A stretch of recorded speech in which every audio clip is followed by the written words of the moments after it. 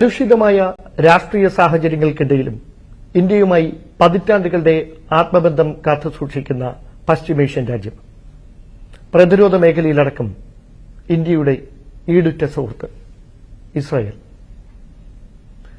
ദക്ഷിണേന്ത്യയുടെ ചുമതലയുള്ള Israel consulate general Miss Tammy Ben Haim News 18നോടൊപ്പം ചേരുകയാണ്. നമസ്കാരം. How is God's own country, Kerala? Oh, I love Kerala. I've been here not just in this term of being in India, but for the past 20 years I've been here quite a few times, traveling just with my husband, with my family, coming for work. We are suffering with this hot weather condition. Is it affected you in any ways? Yeah, it's affected me living here in India and being affected by it with you and seeing the results of it. And it's also affecting us in Israel. Israel is located in the area that we are in the Middle East. It's the area most prone to feeling changes in weather. Shall we move to some diplomatic questions? Happily. Okay. 7 decades after the independence of Israel, the sovereignty of the nation is still questioned from several grounds. Obviously, it leads to war between Palestine, and the whole world is seeking for an amicable solution also, but it's not happening. Why? There's one simple answer, but I'll delve more. The simple answer is that we're dealing with Hamas, which is a terrorist organization. It's a terrorist organization funded and backed by a terrorist backing regime of the Iranian regime. That's the short answer. But you're right.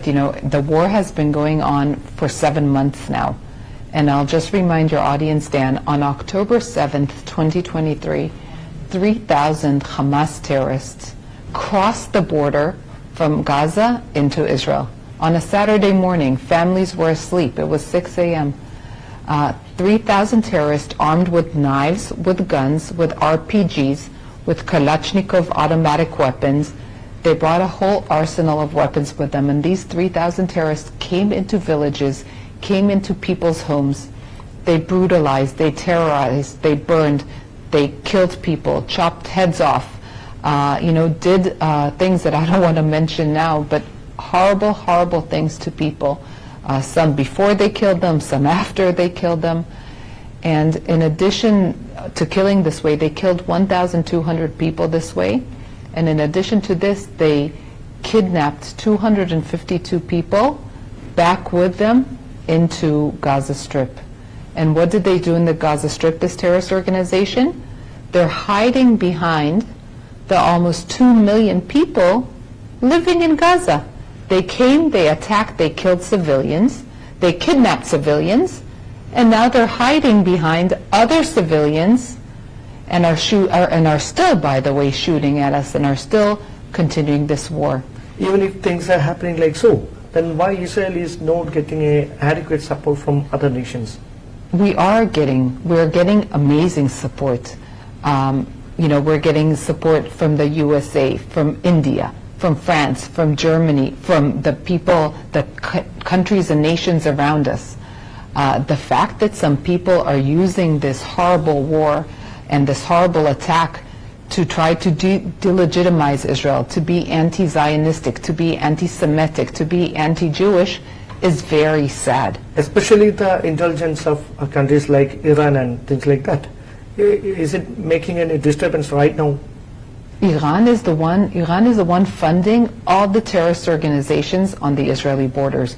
They're the ones funding and training and giving weapons to and assisting Hamas. They're the ones giving training and funding and assisting the Palestinian Islamic Jihad. They're the ones funding and training the Hezbollah in Lebanon, who are also shooting rockets at us. They're the ones funding and training and telling what to do to the Houthis in Yemen. And obviously Israel is suffering from the Houthis in Yemen as well. But the whole world is suffering due to the disruption of shipping routes, of economic shipping routes. The fact that Iran, took a boat and on it were sailors from India, 17 of them from Kerala itself. The fact that these terrorist organization and this terrorist supporting regime is allowing themselves to attack Israel, to keep on attacking Israel and try to get the world involved and try to disrupt the world and disrupt the quiet in the world, this is what we should all be focusing on. How is the bilateral relation between Israel and India right now? As good and as strong as always. For the past, since the inception of our relationship in the official diplomatic full ties in 1992, the relationship between our two countries has just been growing and growing all the time. From the number of Israelis have always loved India. But the number of Israeli tourists that are coming keeps growing. The number of tourists from India, and again, I have to mention Kerala and this as well. We have so many tourists, whether coming for religious pilgrimage or not, from Kerala, that are coming to Israel. I'm lucky enough, my consul is the one approving the visas.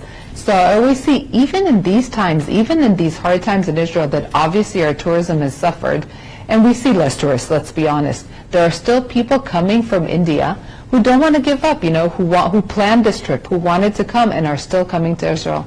And it's beautiful to see, but not just in tourism, in agriculture, in water, in defense, in space.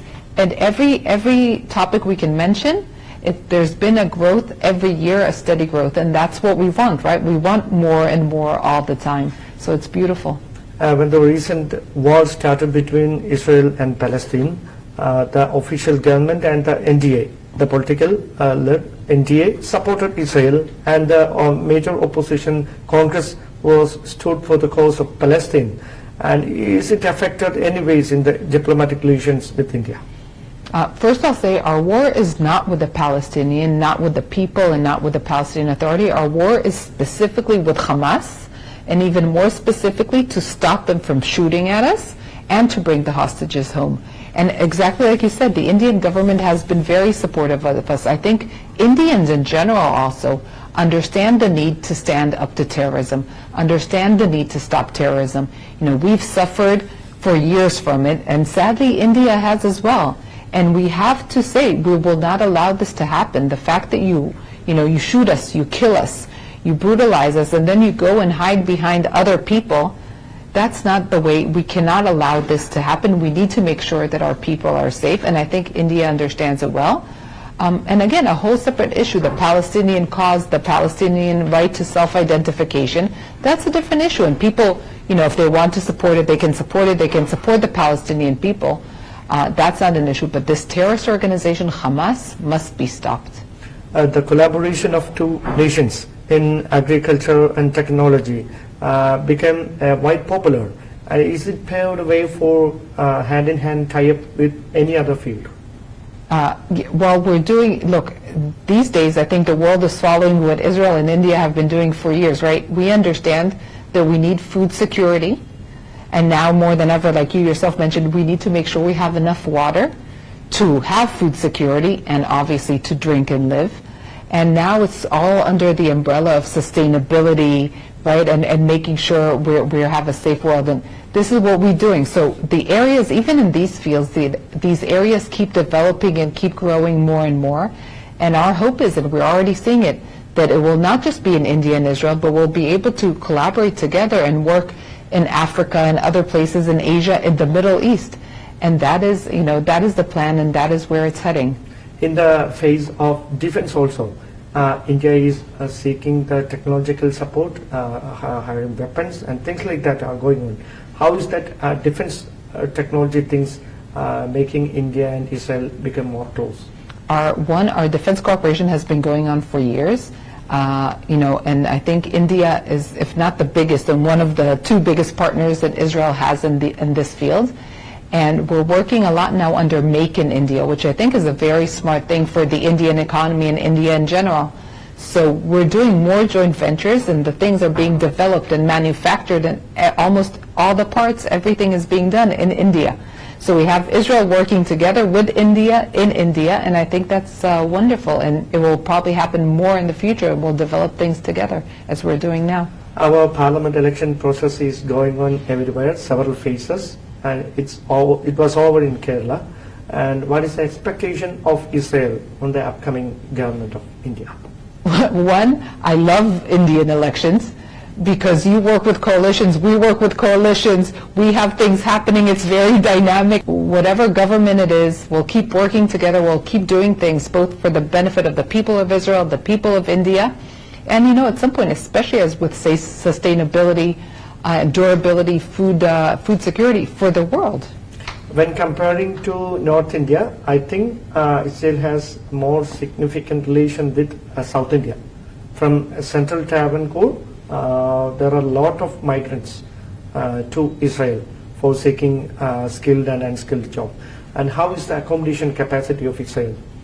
We're trying to increase the number of people who come to work from India. And by the way, we're getting from all over India. Obviously, I'm promoting South India and I'm happy with it. And traditionally, most of the people who come to work in the healthcare sector are from Kerala. But again, now, as friendly competition within India, other states are learning how to train. Kerala has the #1 literacy rate in India. You're very educated people. So definitely the healthcare service needs these people. But we're getting more and more. We would love to have. One, there's a natural affinity, as I said, between Indians and Israelis. And everybody who's come has been happy working in Israel. The Israelis have been happy with their cooperation. So, we just want it to grow. The main concern of the people of Kerala is the security thing. Of course. How you will give that assurance to the citizens of India? Yeah. One, you're right, especially this day and age. Obviously, it's a huge concern, and people shouldn't be concerned. But the Israeli government and the Israeli military, the IDF, is doing all they can to protect everybody in Israel. We have safe rooms in apartments and houses and in all the villages. We have safe rooms in shopping malls and in public areas, because sadly, we know where we live and we know the issues we face, especially from terrorist organizations. So we're doing the utmost we can to protect everybody, and that includes obviously people who come to visit us and people who come to visit and live with us and work with us. So the same, people in Israel, we have still over 500,000 people are displaced and can't go back to their homes and can't go back to their jobs. But they're living in cities where it's safe. And the same as, Israeli mothers get up in the morning, get their kids to school. So everybody else, people go to work. So it's the same for everybody who's in Israel at the moment, whether they're Jewish or not, or Israeli or not. So it is safe. We are living, but I can completely understand this concern. It is worrying. You're okay with the foreign policy of India right now we are following, and you're expecting any amendments in it? We're hoping not. As I said, our bilateral relationship is strong and growing stronger. And I must mention, before this horrible attack of the terrorists on Israel on October 7th, India was the president of the G20. And Prime Minister Modi, announced just a couple weeks before the attack the link between India, the Middle East, and Europe, saying that by railway, by boats, we'll make India and Israel and the EU closer together.